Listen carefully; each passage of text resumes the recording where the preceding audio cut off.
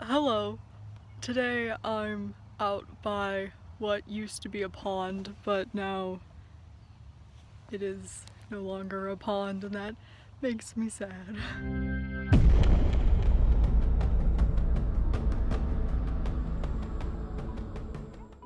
There's a dog over there on the other side of this park. When I was walking up, there's a giant black fence. And jumped up, it's a Rottweiler. Not that old Rottweiler. Why not?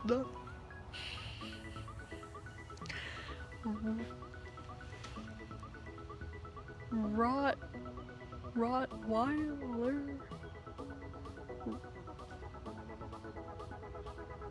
I think you probably know what I was. Dog.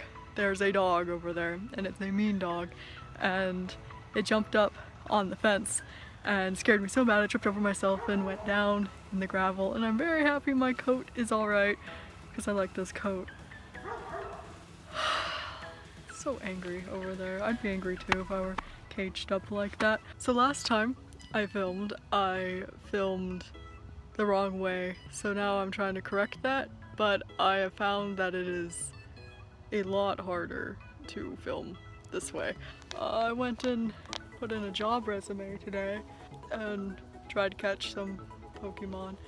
There's weird sounds everywhere. So today's video, I'm going to be talking about what I said I'd be talking about, so ghosts. I have my book, and my book has my research thus far into this specific rumor and why it existed, who started it, how long the rumor was around, and as many facts I can get around the rumor of a ghost. I have yet to meet with the gentleman who claims to have potentially seen said ghost. So I have my book, and I have actual names and places and whatnot in my book that I'm not going to share with you for obvious privacy reasons. I know the child's first and last name, I know his middle name, day he died, where he's buried, those sorts of things. So I have deemed him the Ghost Kiddo. Yeah, that's his name. I originally found this rumor on the interwebs. So the rumor was that there was a ghost haunting the back schoolyard area of the middle school I attended. And I found that rumor to be quite interesting because I do not recall hearing it while I was there. So that led me to wonder how long it had been there. I asked a few other people who attended there after or before me, and none of them had any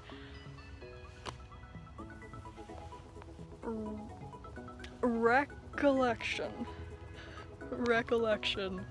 of the rumor. Then I went to said middle school and interviewed some of the staff members to the best of my ability at the time. So I have that he died in the year 1998 in April, and he was male, 11 years old. There was some weird things with the stepfather, or so the rumor goes, that was spread by the child's friends. He potentially haunts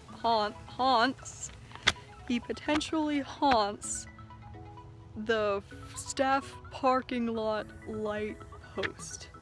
But there's 2 staff parking lots and they each have like 4 light posts, so that's not super specific. Yep. Let's drop the nice iPhone that isn't mine. Yeah, in the dirt. That sounds like a fantastic idea. I need to figure out a better way to film. So now that my book has been in the dirt and the phone has been in the dirt, I was trying to turn the page. There's a spider on my arm. Outside. Oh, I hate outside. Oh. I interviewed 8 different teachers. Some of them had been there when the kid was there, and other ones had known a specific teacher that knew that kid well. They died 2018. Math, almost 2 decades ago. So they each gave me different information.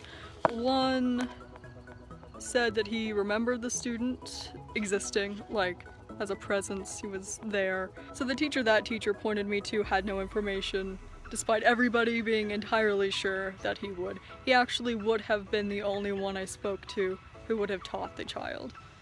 And then he sent me to another teacher, who sent me to another teacher, who sent me to another teacher, who emailed another teacher, and none of them knew anything. So I was pretty discouraged because all of the people I could have possibly asked didn't know anything. But then I went into the office to sign out from volunteering that day, and there was an office worker in there who said she was thinking of me and looked through the yearbooks. And my original information said he would have died in 96 or 97, so I didn't even think about looking in the 1998 yearbook. But he was in there, and he had a little memorial thing in there, and he gave me his grade and his full first name and those sorts of things. So that was sort of an interesting coincidence. Spider's on my arm again. Why, Spider? Come here. I'm gonna put you on the ground. Please don't. After I was done at the school, I needed to search our newspaper archives because they'd have an obituary and potentially information on the case if there were actual speculations. I talked with the newspaper and they actually don't have their records with them beyond 3 years, but they sent me to the Historical Society. So I went to the Historical Society and I had a great time looking through. So they had a whole bunch of these books, and I'll put the picture, oh crap, I'll put the picture. So there should be a picture right here of a big book. And I'm just gonna trust that I can do that in post-editing. So big book, and potentially other things at the Historical Society. So I searched through 221 newspapers, and I walked in there, and the very first book I saw was the first book of April. And I looked at it, and I was like, I wanna pick that one up. And then I was like, no, let's not start in the middle of the year. Let's work our way in and do this like systematically so that you don't end up looking through the same thing 4 times. So I did that. And after systematically working my way through, one on each end as I worked into the middle, I ended up on the first one of April, and his obituary was in the last newspaper in the first book of April.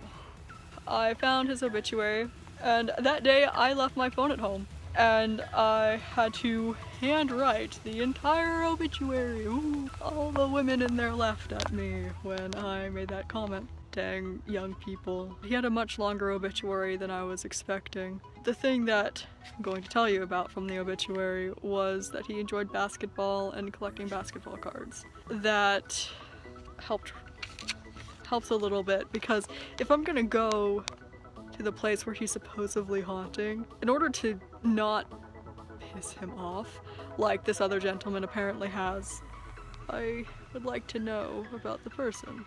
Also told me which funeral home handled his situation, so that was another person I wanted to ask to see if they happen to remember, because that's a pretty abnormal thing, an 11-year-old. But, you know, in the end, there's still a very young person who was gone way too soon, and if they are happen, if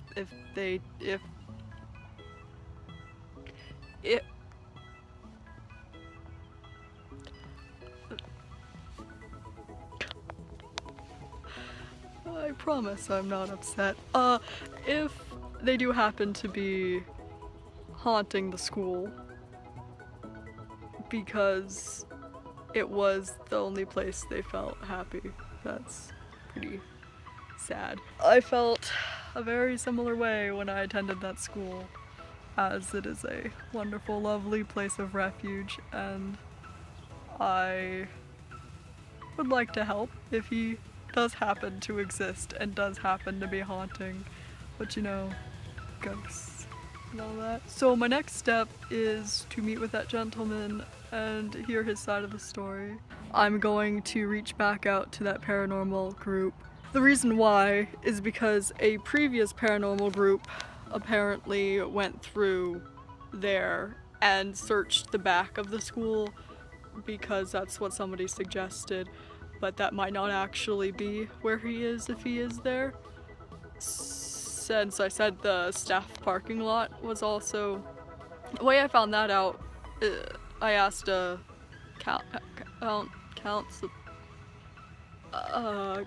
counselor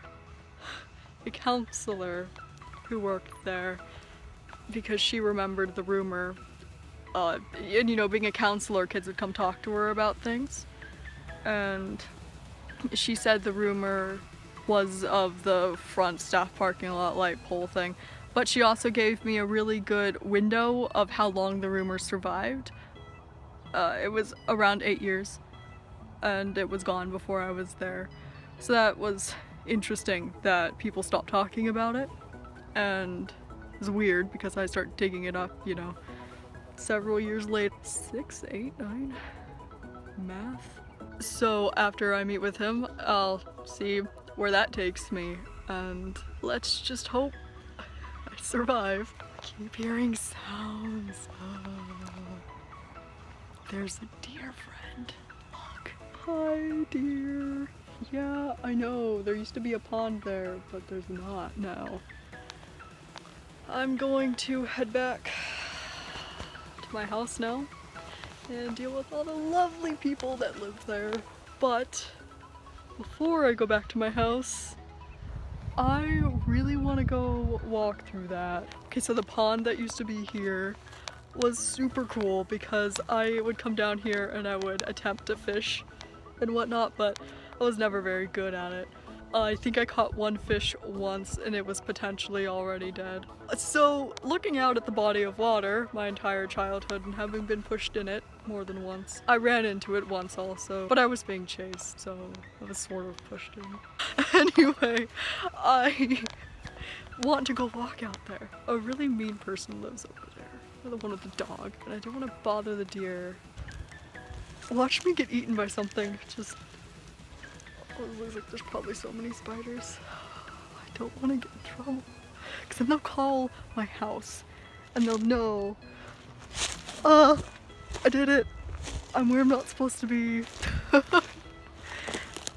Okay, this is a bad idea. There's a brick. I hope no one was attached to that brick.